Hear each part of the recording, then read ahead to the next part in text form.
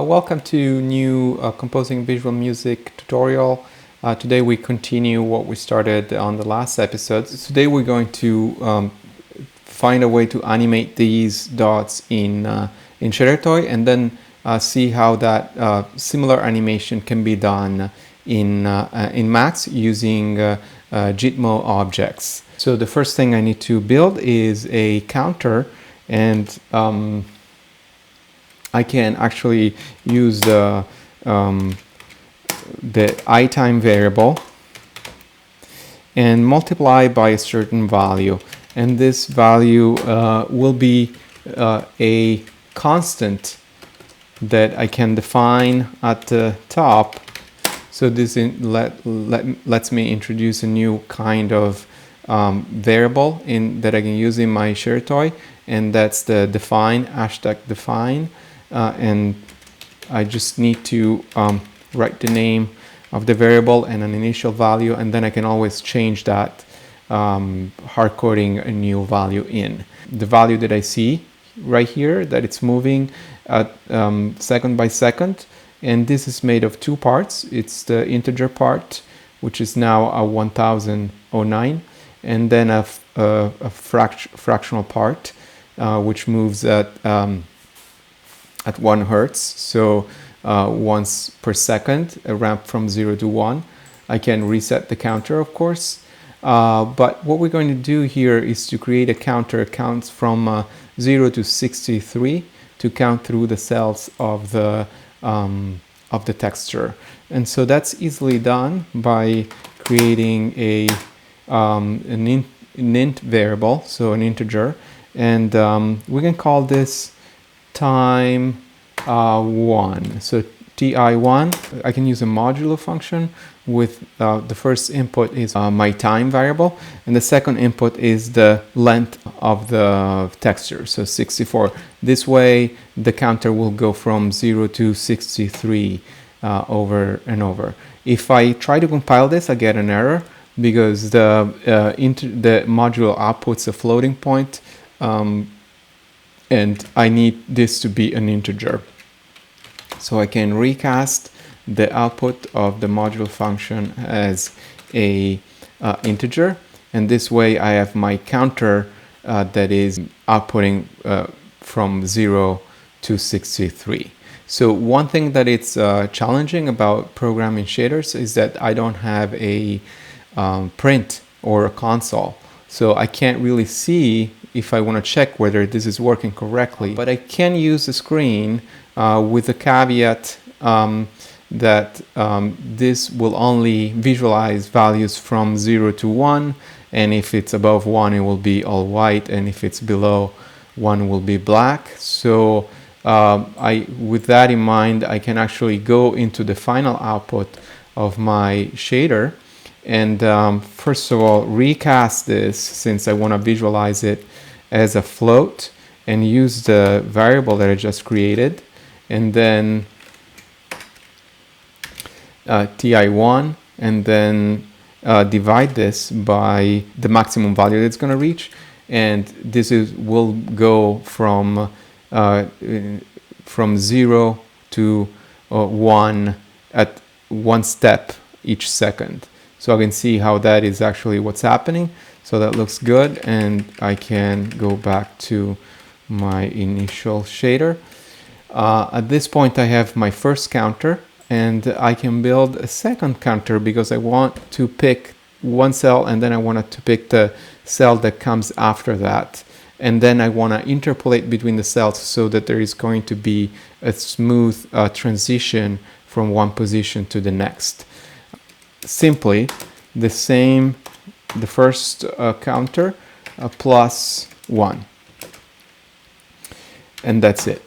Now, since I don't want this to go out of bounds, this is always going to be one step ahead of the first one, so I need to decrease actually my counter to 63, my modulo to 63, so that I make sure that I never go over 63, which is the last cell in my texture. I want to output a index to smoothly interpolate between different position, and I'm gonna call this all LRP, and that's gonna be just a fractional part of my time variable. I can create two sets of coordinate, one IVEC2, which is going to be my first coordinate, so coordinate 1, and that's going to be an IVEC2 with I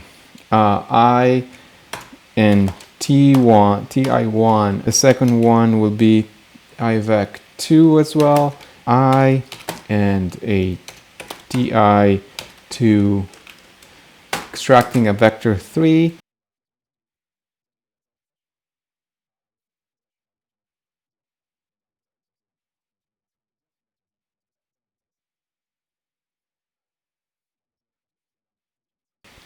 The position, it's at this point, is going to be something different. It's going to be an interpolation, a running interpolation between the tx1 and tx2, and to do that I can use the mix function, which interpolates two values, the first two arguments, with an index that is given as a third argument, so tx1, tx2, and then my LRP up there, and the d dot is going to be that.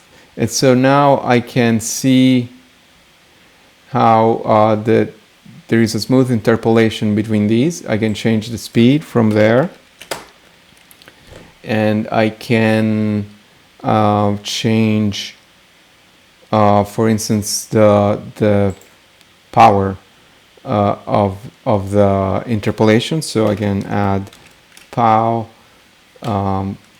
This is my, and then have, for instance, a square root of that value, so that I have movements that are more elastic.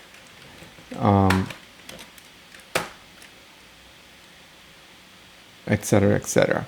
So you will find this shader in the link below, and you should feel free to copy this and start working with it. You can always create a new shader by just hitting this button, and you start with a fresh shader that you can copy and paste or create a new shader from scratch. So let's open a patch now and start working with jit.gl.slab. The jit.gl.slab will take the name of the context as an argument. You can give the jit.gl.slab a file name, file shadertoy.gl3.jxs, and now I have my starting point to build my Shadertoy shader in Max. So we can open the shader and copy all of the text and paste it in a text editor like Visual Studio Code. So we can create a new file, paste this, and save it. JXS is the extension that I need to use. And we can start noticing a few things here. So the first thing is that the actual work that we're going to do is in this part where it says starts Shadertoy paste and end Shadertoy paste. But it's important that we understand also a little bit of what's happening here. So here is where I create my variables, something like the define constant that I created in Shadertoy. Shader comes in with a few built-in variables, such as iResolution, iMouse, iTime, that emulate the variables that I find in Shadertoy. I need to leave my iChannel variables here. I can actually do away with the iMouse and the iTime. Whenever I create or erase variables, I need to do in 3 steps. One is to erase the parameter, then erase the binding of the parameter, and then finally delete what they're called uniform variables in my fragment shader. I'm not going to do any work in the vertex shader, but I need this code to be there for Max to read the shader correctly. And my actual shader begins here. So it begins at line 43. It's kind of important to know where this begins, because whenever I'm going to get an error in my shader, it's going to give me a line where that error happens. So I will need to add 43 to line where I get the error in order to understand where the line actually is. So this is where my fragment program begins. To the line that I get the error at, I need to add this number. The first thing I need to do is to feed the shader a texture. So I can give it a argument at adapt 0 just to make sure that the dimensions are fixed. I'm getting an error here because at line 22, because I have an undefined variable iTime. And as you can see, the variable is actually at line 65, which is 43 plus 22. So this is a good thing to keep in mind whenever we're doing debugging in our shader. And this makes sense because I did erase my iTime variable. These are a bunch of jit.mo objects that I grabbed from the jit.mo launch collection of patches. And that's I grabbed this from the audiovisual patch and pretty much just copied and pasted it here. One little thing I need to do is you notice how here my the jit.mo join outputs a matrix of dim 50. So this is a little bug. It doesn't explicitly declare the second dimension as 1.